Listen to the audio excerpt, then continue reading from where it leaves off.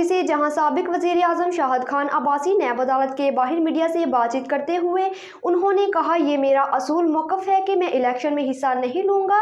जिस मुल्क का इंसाफ नाइंसाफ़ी पर मुबनी हो वो मुल्क नहीं चल सकता। ये मुल्क चलेगा या नैब? साबिक वज़ीर आज़म की मीडिया से बातचीत। मज़ीद तफ़सीलात सरदार ताहिर महमूद की इस रिपोर्ट में। सीनियर सियासतदान और साबिक वज़ीर आज़म शाहिद खान अब्बासी ने कहा है कि मेरा असूली फैसला है, इलेक्शन में हिस्सा नहीं लूँगा। कराची में नैब कोर्ट के बाहर मीडिया से गुफ्तगू करते हुए साबिक वज़ीर आज़म शाहिद खान अब्बासी ने कहा है कि हम नैब और अदालत से पूछते हैं कि हमारे केस क्या हैं।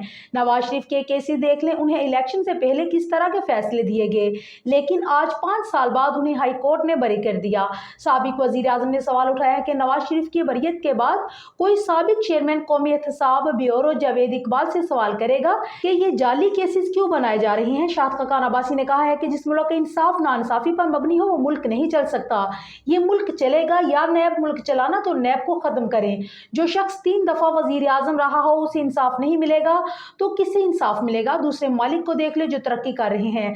जहाँ इंसाफ होगा वो मुल्क तरक्की करेगा। उन्होंने कहा कि साबिक चेयरमैन नैब जावेद इकबाल को हिसाब देना पड़ेगा। उन्होंने कहा कि मुल्क के जो आज सियासी हालात हैं उनमें इलेक्शन कुछ दिन आगे जा सकते हैं।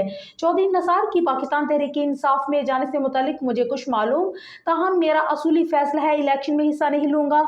उन्होंने कहा कि इलेक्शन जरूर करवाएं मगर इक़्तिदार बराए इक़्तिदार नहीं होना चाहिए।